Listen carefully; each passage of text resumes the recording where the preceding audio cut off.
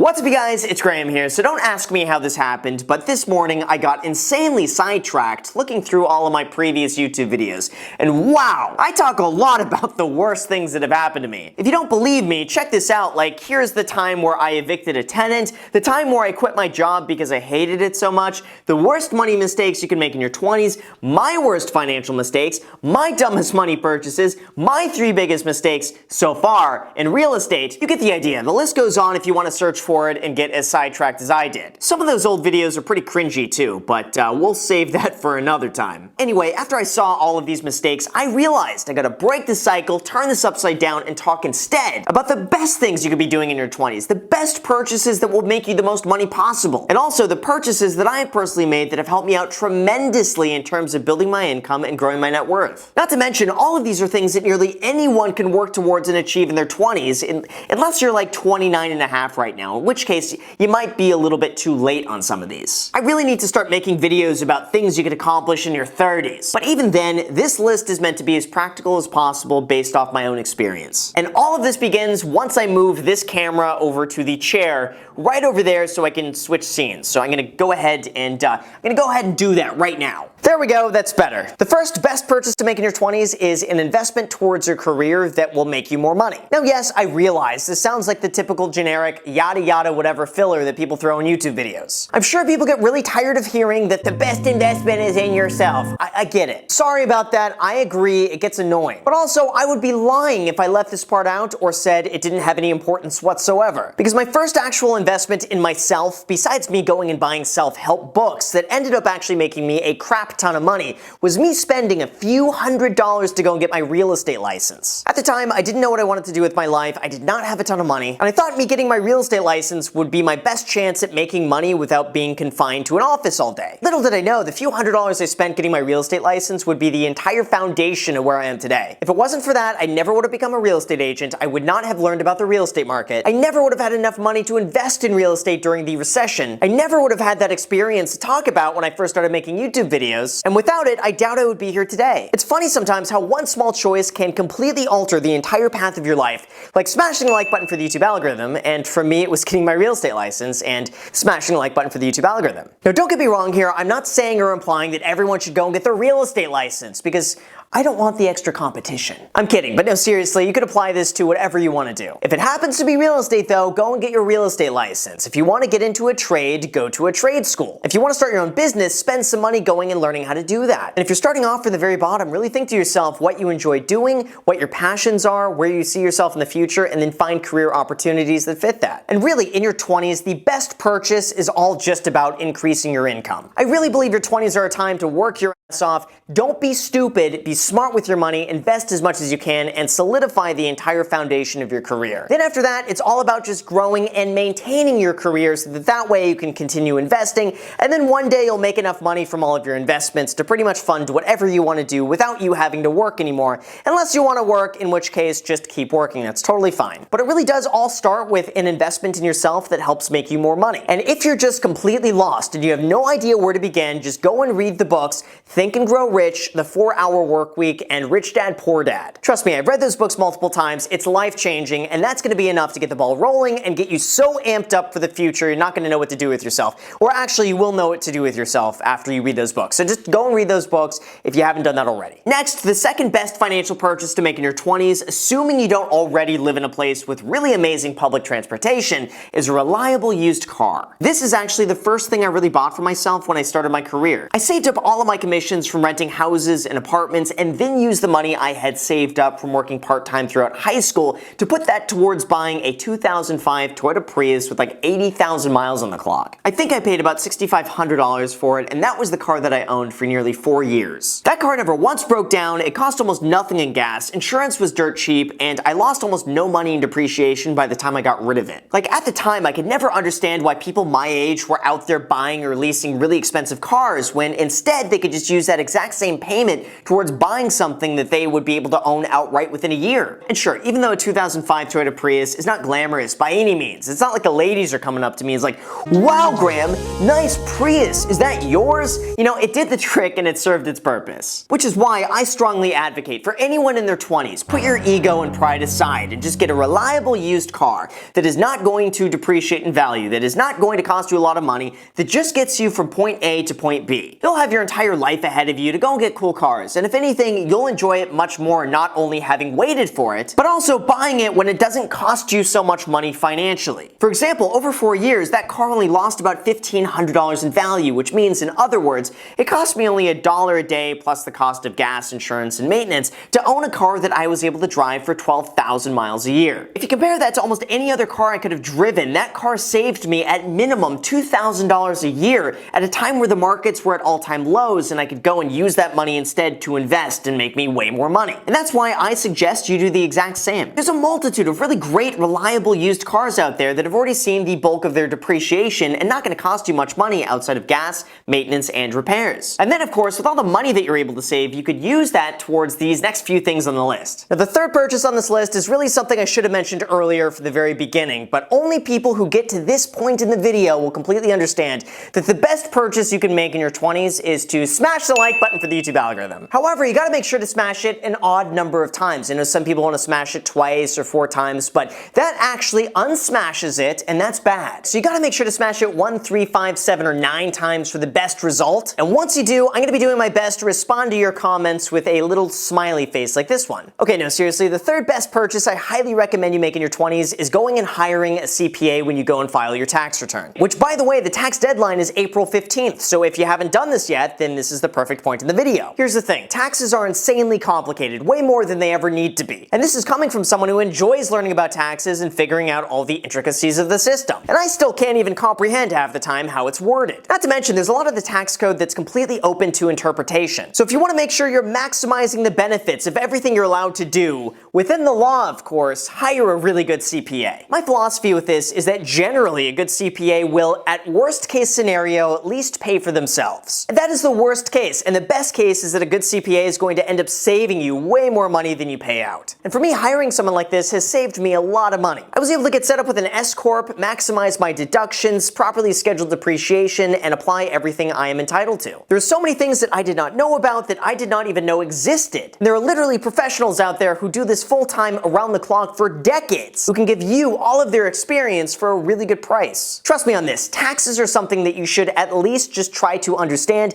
and hire a good CPA to do it for you, and I'm surprised more people aren't talking about this. The amount of money that you'll save will probably be really worth it, and the more money you make, the less of it you get to keep. So you gotta trust me on this one, learn how this works, hire a professional, and you're gonna be really glad you did. Now fourth, we got another classic that I mentioned here on the channel, but it's so important that you do this, especially in your 20s, and that is by purchasing stocks or index funds within a Roth IRA. And yes, everyone, I am calling this a purchase. Now for anyone who's not aware of what this is, a Roth IRA is basically just a retirement account that lets you contribute what's called post-tax money, and then all the money you make within that account becomes completely tax-free at the age of 59 and a half. Think of it this way, just like you have a bank account that gives you access to a checking and savings account, you can open up a Roth IRA that gives you access to your investments. And the massive advantage to doing this is that all the money you contribute within that account is going to be able to grow completely tax-free. That means if you invest $1,000 in the account and one day it grows to $10,000, well, in any other situation, you would be stuck paying taxes on that. But with a Roth IRA, you can have all of that money completely tax-free after the age of 59 and a half. Now, the advantage of doing this, specifically in your 20s, is twofold. One, when you're young, you have the added bonus of compound interest working on your side. This means your invested money makes you even more money, and that money makes you even more money, which then makes you even more money. And the sooner you start doing this, the more money will make you more money, which will make you more money. Just consider this. If you invest $1,000 and an average of a 7% return starting at the age of 20, by the time you're 60, that $1,000 will be worth almost $15,000. However, if you invest that very same $1,000 at the same 7% return, except you start at the age of 30, by the time you're 60, it'll be worth only $7,600. That means that just by waiting an extra 10 years to invest means you've lost out on doubling your initial investment in the future. This is really why you should do this as soon as as possible and just not wait. Opening up a Roth IRA can really just be as simple as going over to Google and then typing in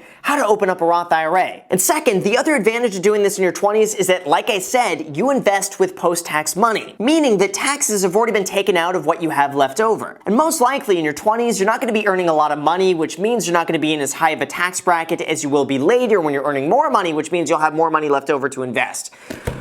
Whoa, that was a lot to say. This is exactly what I did in my early 20s by opening up a Roth IRA with Vanguard and then just loading up on index funds. And if you're just starting out, you might want to look into VT-SAX or any sort of total stock market index fund like this. And then all you got to do, just say this with me now, it's really simple, buy and hold. We'll say it once more. Buy and hold. That's it. Just invest a consistent amount every single month without even thinking about it. Don't check the markets. Don't try to time the markets. Don't panic sell. Don't panic buy. Just consistently buy and hold over a long period of time. It's that simple. Just do that consistently for 30 or 40 years and then write me a thank you card when you're worth millions of dollars from doing this. Fifth, I think it comes as no surprise that my next best purchase in my 20s was real estate. For me, this is what happened when I invested in my career, took saving money really seriously, worked towards building my credit, driving a used reliable car, and spent my time learning the markets, and within 4 years of doing that non-stop and saving as much money as I could, I bought my first rental property when I was 21 years old. By the way, that house was not glamorous for any means. I bought it for $59,500 as a foreclosure owned by a hoarder. Needless to say, the place was a complete mess. But afterwards, I continued saving up, and within a year after that, I was able to buy 2 more properties. Now, when it comes to myself, those early real estate purchases not only changed my entire outlook on investing, but also the rewards of diligent hard work. It was such an incredible feeling to look at a house and know that I was the owner, and know that that was a result of so much sacrifice, so many late nights, so much self-doubt, and seeing it right in front of me just made it feel entirely worth it. Like, when it comes to personal finance, we don't get trophies or anything like that, but you can buy a really cool house and you can look at it. But things really shifted for me the most when I started receiving rent every month. The idea that I could get paid every single month without having to actively work towards it was absolutely incredible. It felt almost as though every morning that I woke up, I could basically just go underneath my pillow and take an additional $60 out for the day. Kind of like I was getting money from a real estate tooth fairy in Beverly Hills, because I would imagine,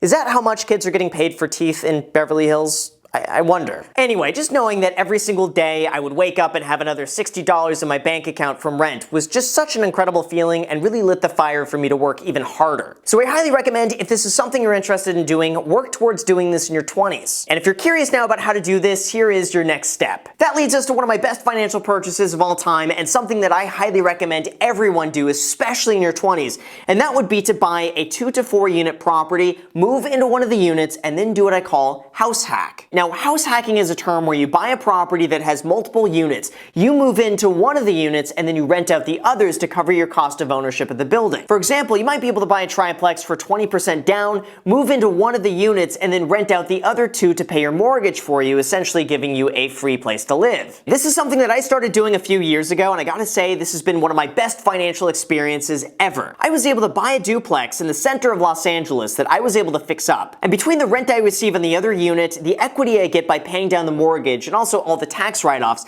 it essentially gives me a place to live and own for $0 out of pocket. In fact, I've actually been able to make money on top of this because property values have risen over the last few years. This has allowed me to save a considerable amount of money. I have more money left over to reinvest in other things that are more profitable than paying down a housing payment, and I get to own and invest in real estate at the exact same time. See, the way I see it is that for most people, housing is the most expensive recurring monthly expense that they have. And studies have shown that millennials are spending the most money by far at about 45% of their income. Now, of course, I'm going to mention here that it's not exactly easy, otherwise everyone would be doing it. You have to have the income to qualify for the loan, you gotta have the credit score to get approved, and you also have to have the patience to wait for the right deal that makes sense to buy. But I believe if you could do it, your 20s are the best time to make that happen. For me, this has really been a transformative experience, and now I'm spoiled. Like, I can never go and buy a property anymore that doesn't produce some type of income alongside it. This also happens to be the best best way to begin investing in real estate because not only are you saving money on your own housing payment, but you're able to get really favorable interest rates by buying a primary residence. It's really the ideal situation to get your foot in the door, invest in real estate, and make money at the exact same time. And if you want to learn more how to do this, I have a few other videos where I've covered this in depth, so I will just link to those down below in the description. And lastly, I just want to throw in two honorable mentions because I can't make a video about the best financial purchases without including these two. And the first for me would be my Tesla Model 3. Now this one was completely unintentional, but a year ago I bought this car because I ran the numbers and I realized that buying this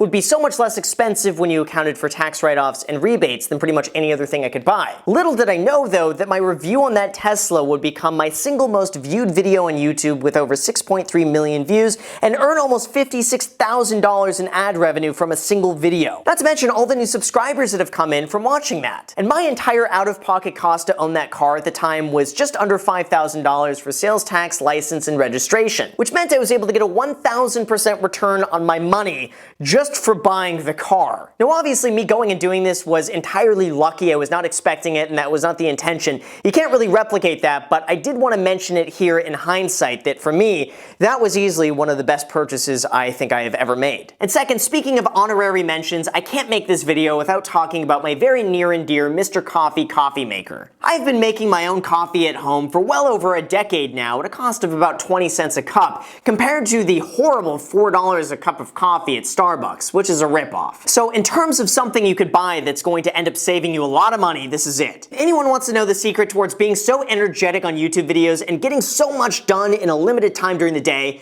honestly, coffee is it. Like, I have my coffee right over here. It's sitting off camera, and then I will just have a sip, and boom, here's a YouTube video I just got done. So there you have it. Those are the best financial purchases to make in your 20s, and everything that has worked really well for me that has brought me here today. I really believe your 20s are such a unique time to get ahead, and anything you do right now is going to multiply by leaps and bounds in the future. And don't worry if some of these purchases seem a bit intimidating or you don't really know what to do. It's entirely normal, and don't beat yourself up over it. Just start small, continually improve yourself every day, make small goals to accomplish as you go along, and as always, smash the like button for the YouTube algorithm. So with that said, you guys, thank you so much for watching. I really appreciate it. As always, if you guys enjoy videos like this, make sure to subscribe and hit the notification bell. Also, feel free to add me on Instagram. I post there pretty much daily, so if you want to be a part of it there, feel free to add me there. As on my second channel, The Graham Stephan Show, I post there every single day. I'm not posting here. So if you want to see a brand new video from me every single day, make sure to add yourself to that. And lastly, if you guys want 2 free stocks, use the link down below in the description, and Webull is going to be giving you 2 free stocks when you deposit $100 on the platform, with one of those stocks being valued up to $1,400. So if you want a chance to get 2 free stocks with one of them valued up to potentially a lot of money, feel free to go ahead and do that and let me know which 2 free stocks you get. Thank you so much for watching, and until next time.